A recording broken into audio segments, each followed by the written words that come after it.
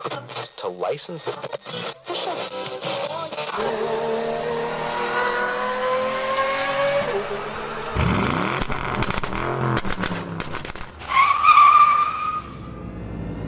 Meep meep.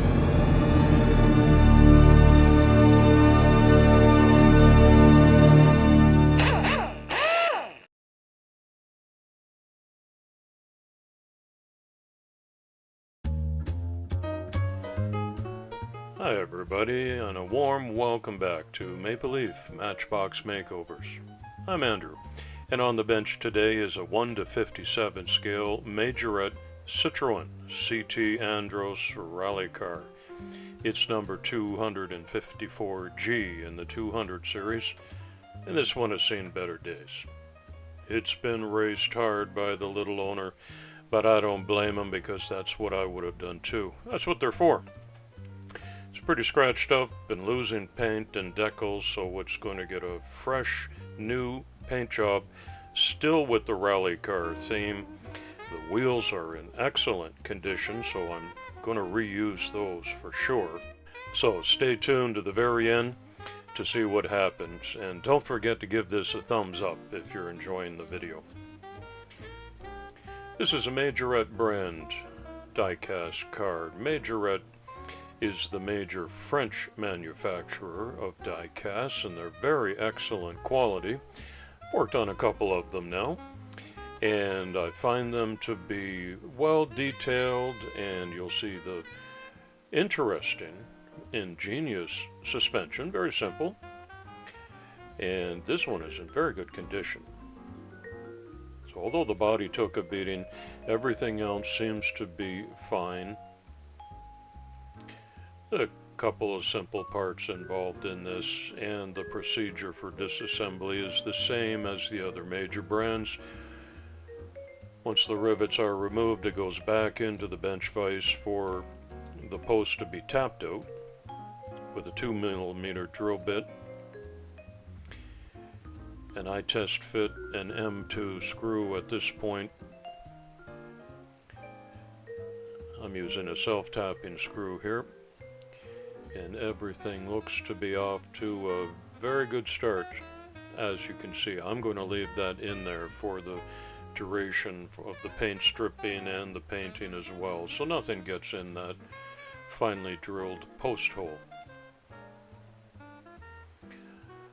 Power Abbeiser is the German word for power paint stripper. And there's not very much left in there, so I gave it a little shake, and I'll seal the lid and just let that cook down in there while I get busy with a couple of other necessary steps of the restoration process. As always, the plastic interior bits get a hot soapy water wash, and while I'm brushing away several years of dirt, let me take this opportunity again to say thank you to all of my subscribers. I've reached another mini milestone, just over 400 now, and I thought it would be interesting to show you some of the countries where my subscribers are watching from. And this is a list of 34 countries, and I don't even know what many others are. So when you leave a respectful comment and a thumbs up if you're enjoying these, and become a new subscriber, tell me where you're watching from. That's what's most interesting for me. I'm in Switzerland right now via Canada, and I've lived in 7 different countries and picked up lots of language skills along the way, and I would really like to know where you are, be it Tasmania or Wales or Singapore. It's so fun to connect the dots worldwide in this interesting online hobby community. Thanks for watching this one today, and I sure hope you do give it a thumbs up and become another one of my subscribers. That'd be awesome.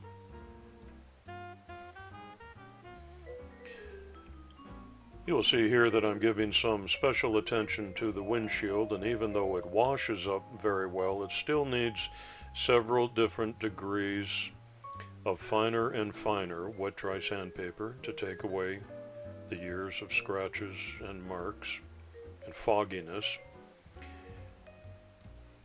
And one of the final steps, but not the last one, is a plastic polish and a buffing with the Dremel tool.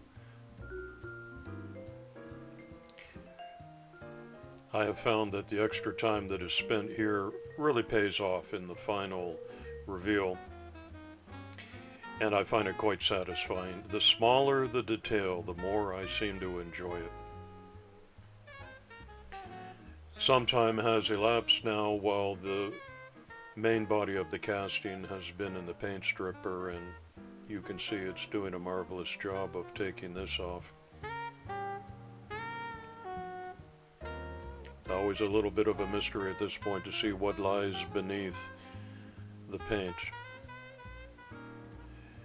And as I said, the Majorette is a good heavy casting. It's good quality. But I'll take it from here into the laundry room wash tub and give it a good bristle brushing. And here's what we have. Not all the paint came off, so that's high marks for Majorette for a really good, tough paint job. I'll have to give some more attention to that. And even though I recently procured a new Dremel tool, I want to let you know I still like the old school hands-on approach, and so one of the final steps in the bare metal work is superfine steel wool. And all this while, I'm looking for imperfections and casting lines that might need a little extra attention. And I'd like to show you the steps that I do along the way. So I'm turning it over carefully, and here I spot near the spoiler, looks like a couple of blobs of solder from the main production line. So I've got some very fine diamond files. Sometimes along the window edges there's a little burr or a tick, and here's a couple of casting lines. So all in all, there probably was not more than 4 or 5 minutes with the diamond file to take care of some of the imperfections from the original casting. Little engine degreaser takes care of all the oily fingerprints and impurities, and after the primer coat, it's my last chance to give it a good inspection and see if I've missed anything. In this case, everything's real good. I'm going to hit it with a couple of different colors today, and the base coat is this bright yellow, as you can see, and then I've masked off some parts that I want to remain yellow. Color number 2 in 3 steps is black.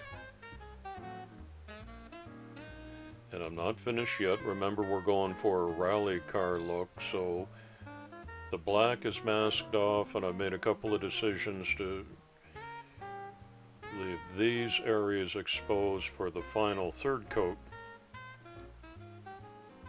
which is a nice racing red.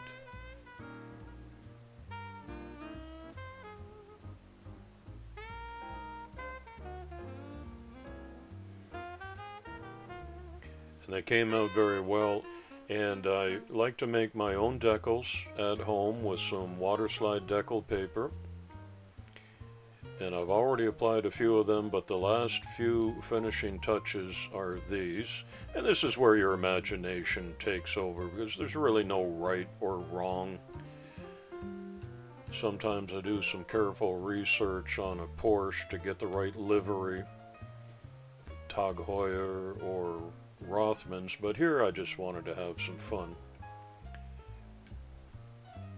Then it's a little French car, so let's put some Michelin tires on it.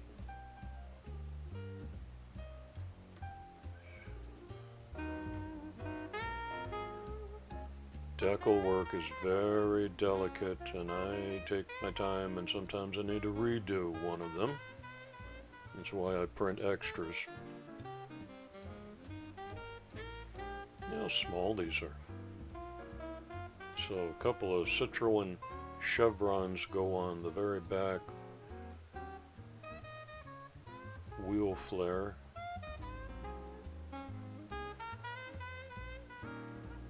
And here's the final touch for the windshield. A little bit of Pledge Revive It.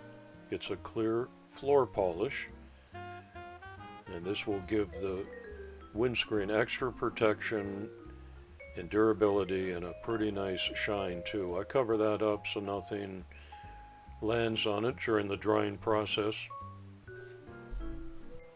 And we're already at the point of reassembly. I would say the little Citroën gave me no troubles at all. And the interior really wasn't all that detailed, as you saw. The windows are blacked out and you don't see inside anyways. So it all went back together just as it should. There's a clip in the back tailgate and only one screw in the front. And now that it's together, we can have a look.